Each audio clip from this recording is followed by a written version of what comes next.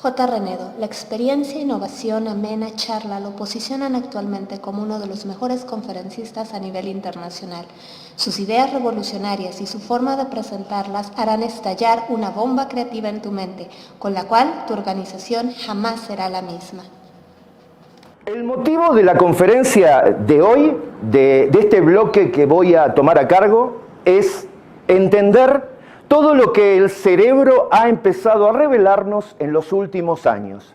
Especialmente en las últimas 2 décadas, el cerebro, a partir de nuevas tecnologías, nuevas máquinas, no como estas, sino otras máquinas mucho más sofisticadas, nos han permitido conocer el cerebro humano y toda la psicobiología que interviene en las decisiones en el mundo del marketing y en el mundo de las empresas. Aunque nadie lo ponga en su currículum vitae, todos somos mamíferos. ¿Por qué? Lo han visto en el estudio del genoma humano que se hizo allá por el 2000, que se terminaron las conclusiones. Somos en 98% parecidos a algunos animales de corral. Entonces, tenemos que empezar a entender que somos naturaleza. Algunos le preguntamos, habrán visto, típicamente alguien le pregunta a otro, háblame, ¿dónde está la naturaleza? ¿Qué es la naturaleza? Y lo primero que hacemos es señalar para algo verde, allá afuera en la ventana, el paisaje. No, tendríamos que señalarnos a nosotros. Nosotros somos naturaleza. Y hemos descubierto en este estudio de la naturaleza el poder que la política tiene, que el político, el candidato y el que está en la gestión de gobierno tiene para influenciar sobre grupos, sobre masas, sobre el electorado, tiene que ver mucho con conocer el poder del cerebro, cómo funciona y cómo viene nuestra historia evolutiva. La conferencia de mi parte va a ser simple. ¿Se acuerdan? Oscar Wilde decía, ser simple resulta complicado. Hay un gran gurú que dice, tuve que escribirte una carta demasiado extensa porque no tuve tiempo para ser conciso. Porque para ser conciso, para simplificar, hay que tener un arte y una ciencia especial. Y hoy, ser simple es realmente una estrategia, un arma poderosa para la comunicación política. Mario Quintana es también un poeta brasilero muy admirado por mí, que dice, los verdaderos analfabetos son los que aprendieron a leer y no leen. Otra frase famosa de Mario Quintana es, cuando el lector debe preguntar al autor qué quiso decir con ciertos tramos de un libro, es que alguno de los dos es un burro. Y esto pasa con las conferencias también. Si ustedes no van a entenderme claramente, es porque es culpa mía. Bueno, ¿por qué me dicen J, como la letra J? Ustedes habrán escuchado a veces, no entiendo ni J, ¿no? Porque la J es el símbolo más chiquitito en las lenguas del Medio Oriente. Era un símbolo bien pequeño, entonces cuando uno dice no entiendo ni J es porque realmente sabe poco de alguna cosa. La J también es un baile español, y J es hoy uno de los cantantes más exitosos en Corea del Sur. Después de Gangnam Style, etc., uno de estos cuartetos tipo Backstreet Boys, el cantante principal es J. ¿Para qué les digo todo esto? Para que mnemotécnicamente les quede grabado un nombre. ¿Por qué? Porque nosotros en la política tenemos que aprender a que los nombres del candidato queden fijados en la mente del elector, en la mente de la comunidad. Hay secretos que la neurociencia y la evolución, el conocimiento de la evolución del cerebro nos han revelado. Por ejemplo, nos revelaron en el pasado, ya desde los años 70, que cuando un nombre y un apellido comienzan con la misma letra, el cerebro lo recuerda 700% con más fuerza, con más magnetismo. Por eso verán Marcello Mastroianni, Marilyn Monroe, Tina Turner, y después en el mundo Mickey Mouse, o todos los personajes de Marvel. ¿Vieron los historietas Marvel? Todos los personajes de Marvel, por ejemplo, el Hombre Araña, Peter Parker. Entonces, todo está pensado. Hay palabras o letras que puestas en el nombre de un candidato o de un partido dificultan la recordación de ese nombre. Hay letras o secuencias de letras u orden de letras que colocadas de distintas maneras también dificultan la recordación y eso lo tiene que saber, es parte del juego de la política. La antropología, me dedico a la antropología, estudia al ser humano y estudia cosas interesantes. Ahí teníamos el hombre de Vitruvio, ¿no? De Da Vinci. Y en Da Vinci estudiaba, por ejemplo, la proporción divina, el número de Fibonacci, que algunos lo habrán escuchado. Todo en el universo está armado en secuencia con el número de oro o la secuencia de Fibonacci. Por ejemplo, cuando ves el hombre de Vitruvio y divides de tu cuerpo el largo de tu codo a tu hombro por el largo de tu codo hasta la punta de los dedos, siempre da la misma proporción. Y eso lo vamos a encontrar en todo. Este símbolo rige el universo. Rige, fíjense, tormentas. Cuando nosotros que vivimos en Houston tuvimos hace poco el huracán Harvey, veíamos cómo se cumplía esta imagen. Algunos dicen, esto hasta se aplica en la política. Descubrimos que realmente es un reptiliano, ¿no? Fíjense aquí, políticos en Japón, cómo se produce el equilibrio, y claro, y también en la naturaleza. Y acá tenemos un Nautilus. Y acá ven, dentro de mi logo, como me dedico a la evolución, esto es una amonite. Una amonite es un fósil antiguo, una especie de predecesor, tío, abuelo, tatarabuelo de nuestros Nautilus, que vivió entre hace 300 millones de años y 65 millones de años. Pero todavía lo encuentras por cualquier lugar. Cuando yo voy por las carreteras de Texas y hay esos caminos que están cortados entre dos laderas, que se ven estratos, puedo sacar amonites de 65, de 100 millones de años, de al lado de la carretera interestatal. Son estos animalitos que hay desde 2 metros, vas a encontrar, y en todo el mundo. Era un animal que se reproducía, que se adaptaba muy bien a todo tipo de ambiente. Bueno, y aquí estamos. Charles Darwin decía, los que sobreviven no son los más poderosos, los más fuertes, son los que mejor se adaptan a los cambios. Es un buen mensaje para nosotros. Bill Gates hace 15 años, se le acerca un periodista y le dice, señor Gates, 20 años, usted era relativamente joven, el más rico del mundo, es el que, récords Guinness, aparece en el libro Guinness de Records, el que más joven llegó a ser el más rico del mundo. El que en menor plazo pasó de ser pobre y no tener un dólar en el bolsillo a ser el más rico, también otro récord, y el más rico. Se le acerca un periodista y le dice, ¿qué le preocupa a usted? Porque usted debería ser súper feliz, hace lo que le gusta, millonario, ha tenido un éxito meteórico. ¿Le preocupa algo? Sí. Lo que más me preocupa es no imaginarme con claridad lo que se está viniendo para mi actividad o imaginármelo bien, pero a destiempo, tarde. Y esto se aplica a nosotros también. Un miedo, una preocupación nuestra debería ser no imaginarnos con claridad lo que se está viniendo como tendencia en la gente, en la sociedad, en las demandas sociales, o imaginármelo con claridad, pero cuando ya es tarde, a destiempo. Y propiamente Bill Gates entonces se preparó y siempre se enfocó en adaptarse a lo que se está viniendo, no solo a lo que está pasando, sino a la tendencia. Es lo que tenemos que hacer nosotros. Nosotros en antropología empresarial y antropología política estudiamos 3 letras C: costumbres, cacharros y cráneos. La antropología es básicamente el estudio del ser humano como una especie comunitaria que tiene patrones estructurales que los tratamos de analizar en distintos tipos de circunstancias, países, sociedades, culturas. La antropología tiene una antropología física, lingüística, cultural, social, biológica. ¿Y qué hacemos nosotros cuando trabajamos con la antropología aplicada a nuestras campañas políticas? Primero, hacemos trabajo de campo y de laboratorio. Estamos en la oficina, pensamos, pesquisamos en internet, pero también vamos al campo a experimentar, a vivir con la gente, con las comunidades de distintos lugares del país, y viajamos al exterior también para tener experiencias. Usamos intuición heurística, del griego euriskein, que significa descubrir.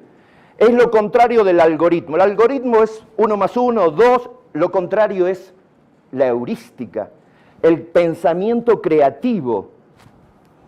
Hacemos extraño lo conocido con vujadet. ¿Qué es esto? Lo contrario del déjà vu. ¿Qué es el déjà vu? Cuando algo te parece que ya estuviste, que ya lo viviste y en realidad nunca estuviste.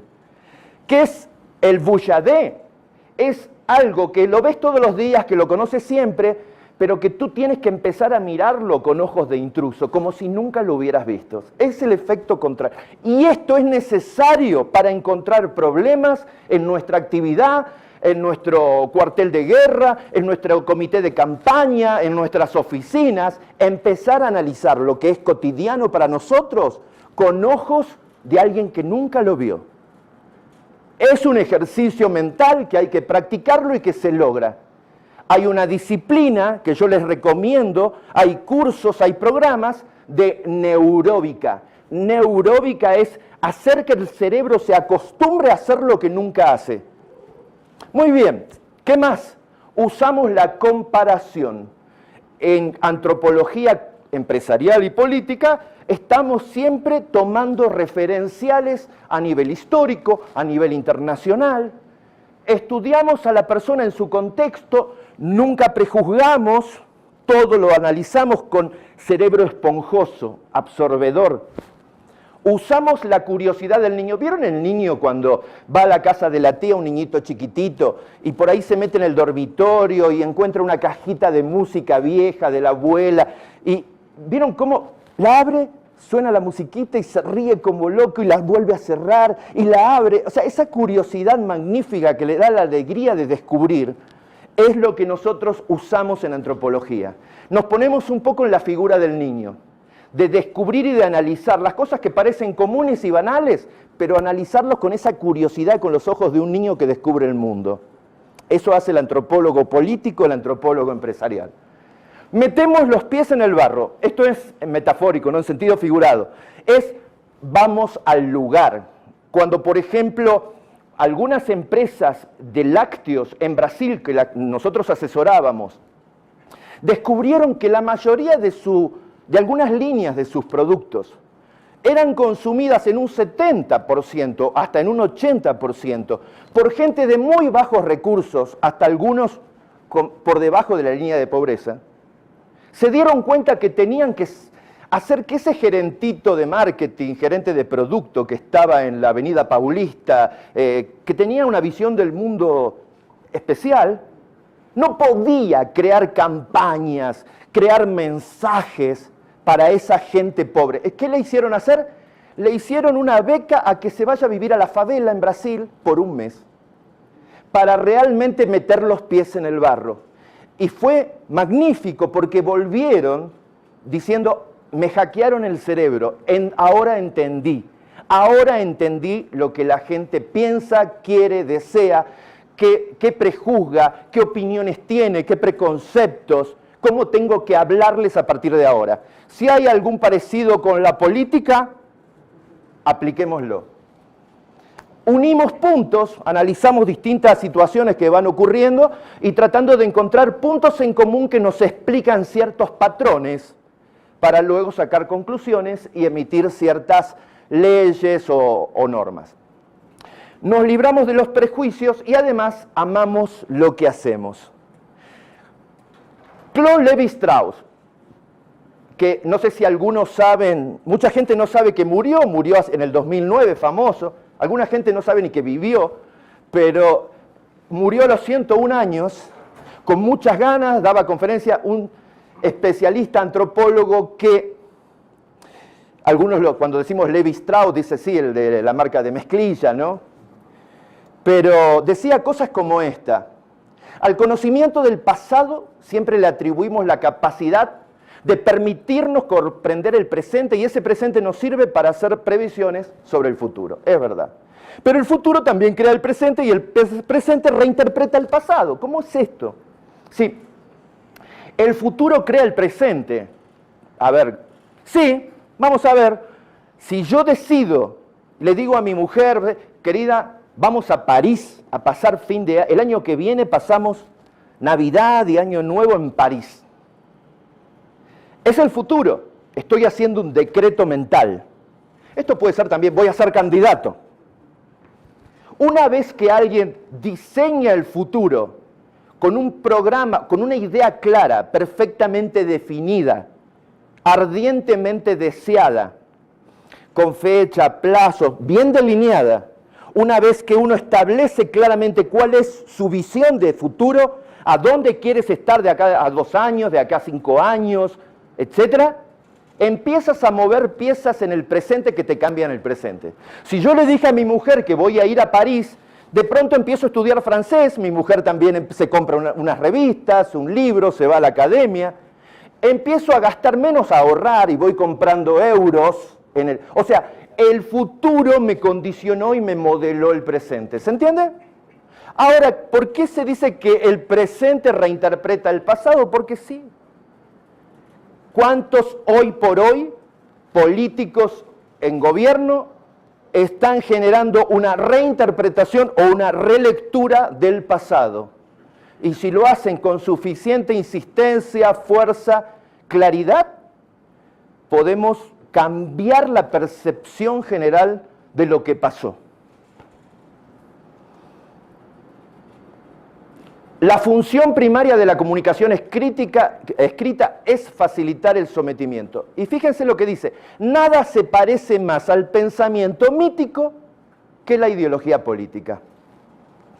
Y los antropólogos empresariales, una de las cosas que hacemos es convivir con tribus, con civilizaciones un poco aisladas de lo cotidiano, para también ver sorprendentemente que lo que descubrimos en el comportamiento de personas en situación en el Amazonas o en Oceanía se verifica en un comité de campaña, en un equipo. Somos idénticos, somos iguales. Por ejemplo, yo he estado tiempo en Yucatán, que Yucatán no sé si ustedes saben, pero el nombre viene de que los españoles malinterpretaron lo que le decían los locales. En idioma maya yucateco, Manaticatán significa no te entiendo, porque le estaban preguntando a los españoles, ¿dónde estoy? Y ellos le respondían, y es real, es verídico, no es una leyenda. Frecuentemente voy a Progreso y a la zona de Dixilub, donde cayó el meteorito, el famoso meteorito. Me recorro toda la parte de las pirámides, voy pasando, esto es cerca de Chetumal, vas por la carretera, esto es Limones, un pueblito, donde voy descubriendo también pirámides al lado de una tiendita abandonada, sin cuidados. Fíjense que tenemos que saber mucho de la historia nosotros, porque la política actual se explica también a través de la historia. Esto es Chichén Itzá. Yo no sé si saben también, por eso hay que saber, a estudiar, leer. En 1895, Edward Thompson compró toda la plantación enequenera que era de Chichén Itzá, incluido, $75 lo pagó. Recién, creo que este año o a fin del año pasado, lo recuperó el gobierno. $75. Se quedó con el cenote. ¿Qué hizo? Estableció un sistema de poleas básico, primitivo, lo hizo casero con 3, 4 ayudantes. Y de ese cenote sagrado sacó jade, decenas de kilos de oro que se encuentran actualmente en el Museo Peabody dentro de Harvard. Ya le sacó todo y ahora la familia y herederos lo terminaron vendiendo, el gobierno mexicano lo recuperó. Así estaba el siglo pasado. Acá son algunos dibujos que mostraba cómo estaba el Templo Mayor. Y aquí algunas cositas. Esto es una milésima parte de lo que encontraron en oro y jade en el fondo del cenote el señor Thompson. Después de Yucatán también les cuento que es el lugar donde cayó el meteorito. que hizo desaparecer a los dinosaurios. Es una segunda gran extinción que hubo.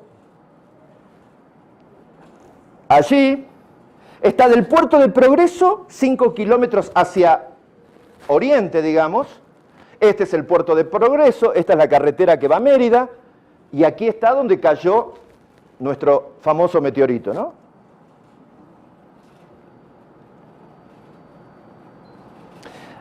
Y empiezo con la primera conclusión.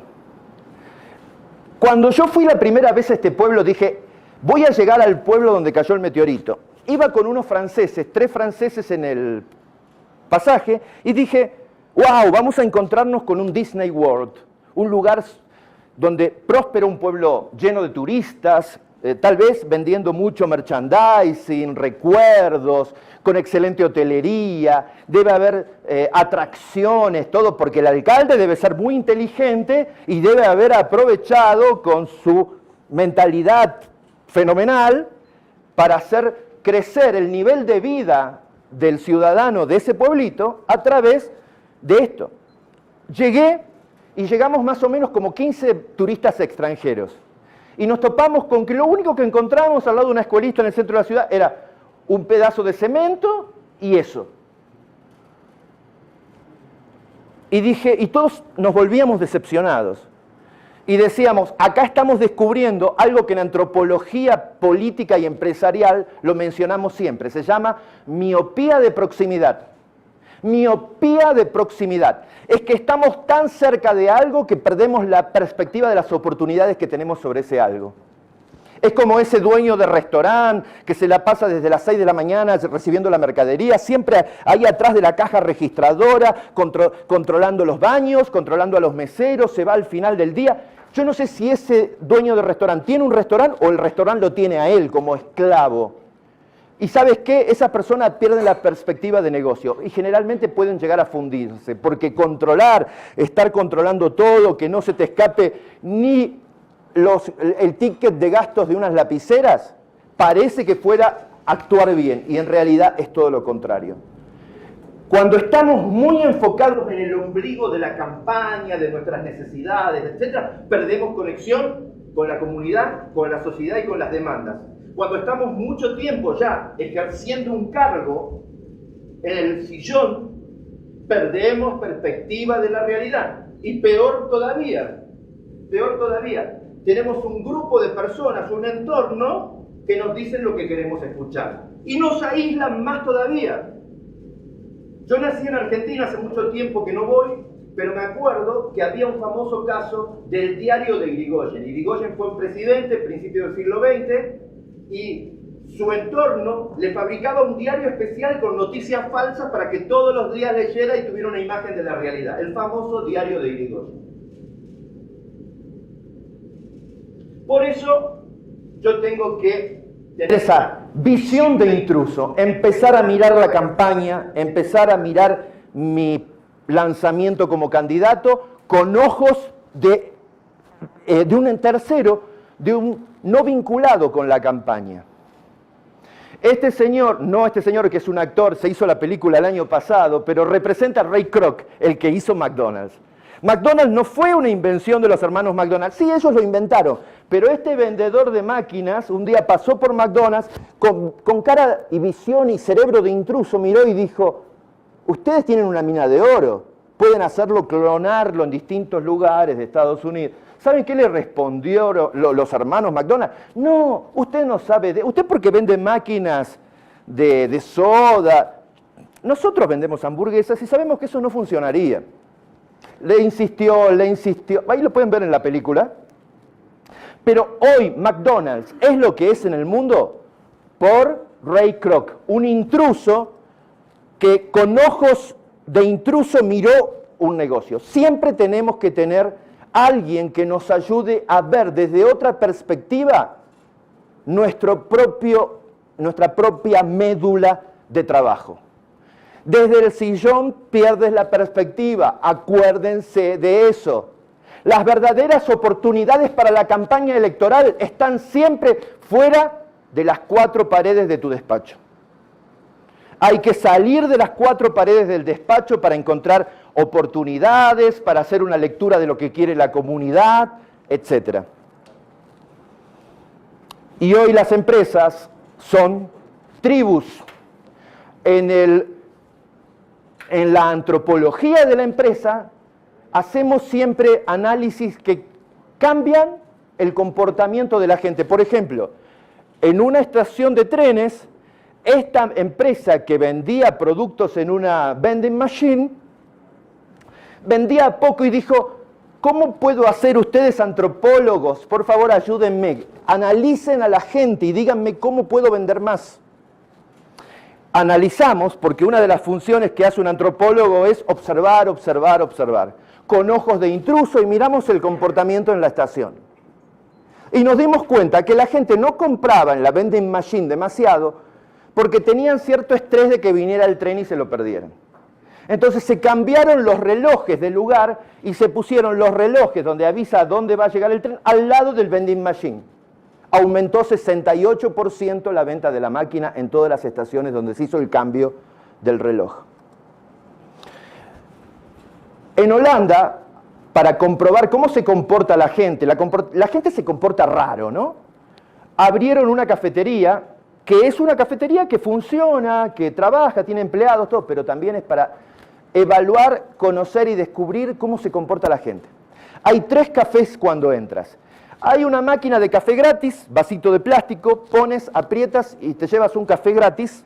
Hay una segunda máquina de café que es café americano, te lo sirven, vale $1 con algo, café americano de Vips. Y hay una tercera máquina que es, esas máquinas, ¿vieron? Italianas, de expreso con ruidito, hermosa, clásica, color de cobre. El café ya vale ahí casi $4. Se le hace encuestas a la gente qué le pareció cada café. Siempre gana, arrasa el café de la máquina expreso. Segundo lugar, el café americano. Y la gente dice que es insípido el café gratuito. ¿Qué es lo insólito? Todos son los mismos cafés. Salen todos de un mismo tubo que va a proveer el café a los 3 lugares. La escenografía cambia nada más. Pero la gente en realidad, por eso decimos, cuidado, cuidado, porque muchas veces estamos luchando contra creencias preestablecidas en las cabezas de la gente. Por ejemplo, la gente siempre pensó en la época, en los 70, que una máquina fotográfica para ser buena tenía que ser pesada. Se habían acostumbrado, era una creencia. Cuando Nikon saca las primeras cámaras, livianitas, toda plástico, excelente óptica, la gente profesional de la fotografía le decía, esto no es bueno. Tuvieron que rescatarla del mercado, abrirla de nuevo, meterle plomo, volver a cerrarla y lanzarla de nuevo a la venta. Volvió la gente y dijo, ahora sí, esta es buena.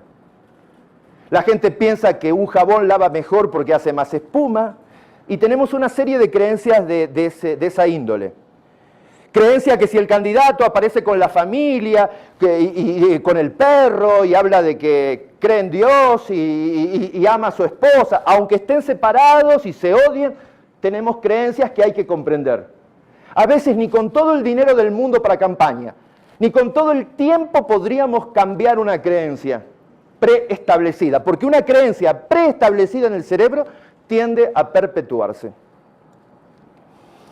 Hicimos una experiencia en un shopping, en un centro comercial, y le preguntábamos a la gente, señor, ¿cuál compartimento, cuál tabique del baño de la plaza comercial usted utilizaría? Y dice, yo uso el que menos usa la gente, siempre busco el menos usado. ¿Y cuál es el menos usado? Y yo le diría que el primero no, el segundo, el tercero, yo voy al tercero, cuarto, tampoco al último, bien. Todas las encuestas mostraban que la gente nunca elegía el primero. Cuando hicimos con cámaras, no adentro, sino por fuera, y además le preguntamos a los chicos que limpian, que es lo que realmente nos dan la verdad, la mayoría de la gente usaba eso, porque como todos pensaban que era el menos usado, terminaban usándolo más que ninguno. Entonces, todos nosotros, por querer hacer lo que nadie hace, terminamos haciendo lo que todos hacen. Y acá tenemos lo que decíamos de nuestros personajes en Brasil metiéndose a vivir en la favela. En la política, Margaret Mead, una antropóloga famosa, clásica, decía, lo que la gente dice, lo que la gente hace y lo que la gente dice que hace son cosas totalmente diferentes. Así que atención a encuestas, sondeos de opinión. Bueno, y a nosotros los antropólogos, tal vez uno se dedica a la antropología en la política o en la empresa, porque la antropología es una profesión no muy importante, o sea, no se para la ciudad si hacemos una huelga de antropólogos. Imagínense,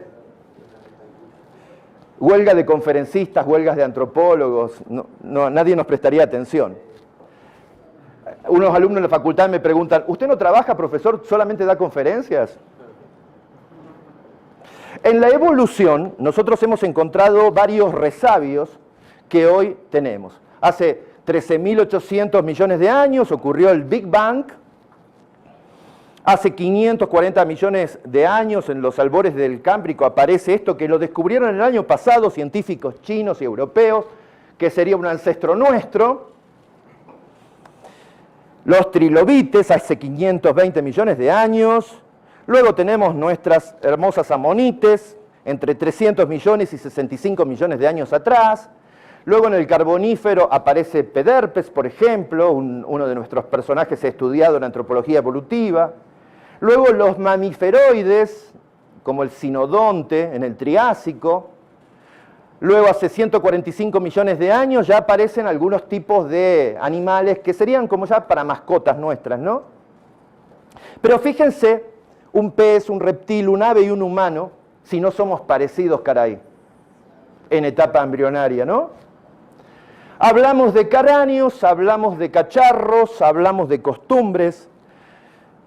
Yuval Noah Harari escribió un libro, es un israelí que escribió el libro Sapiens, que fue un bestseller en los últimos años, que dijo que el ser humano evolucionó a lo que es hoy, y hoy somos el zoon politicón, el hombre político, porque tenemos, a diferencia, por ejemplo, de monos, de cooperación flexible, cooperamos en masa, podemos cooperar en masa, tenemos imaginación y ¿saben qué? Códigos verbales y palabras. Es lo que hizo expandir nuestro cerebro. Podemos hacer malabares con las palabras.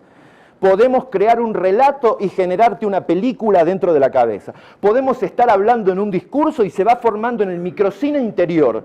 De las cabecitas de los que están escuchando el discurso se está armando una película.